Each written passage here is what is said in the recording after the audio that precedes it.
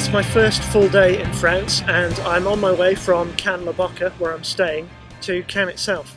Accommodation in Cannes at the time of the festival is ridiculously expensive, so most people end up staying in the surrounding area. I chose La Bocca. It's about 2 or 3 miles west along the coast from Cannes, which means I can walk it if I want to when the weather's lovely like this. There's also a good train service, so that's good. So I got to Cannes and I picked up my market pass, which has a very flattering picture of me on it.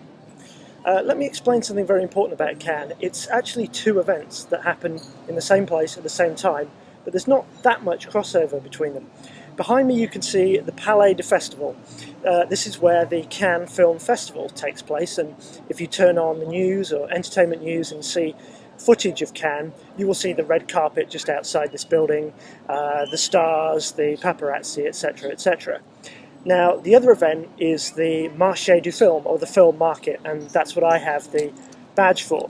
And this is a really sort of cynical, very business-orientated event where people go to finance and distribute films.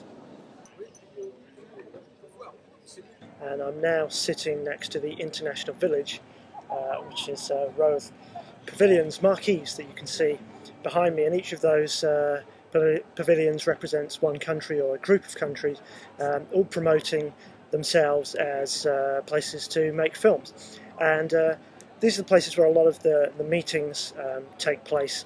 I've managed to get myself a pass to the Kodak pavilion, which is also a good place to meet. No one quite seems to know how you get a Kodak pass. They're just one of these things that magically someone says, "Oh, I've got a spare Kodak pass, do you want one of these? Great, take it."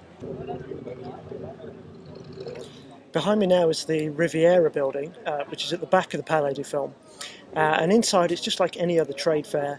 It's stall after stall of film distributors, sales agents basically, most of them trying to sell the films that they represent to distributors in individual territories around the world. When I came here in 2005 with Soul Searcher, I was going around all those stalls trying to get them to represent, to take on Soul Searcher, which was a bit of an uphill struggle, mainly because there's no one famous in it. But if you ever feel like you want to see more terrible movie posters than you can possibly imagine, this is the place to go. Behind me now is the Croisette, the seafront road, which is an extension of the Marché du Film.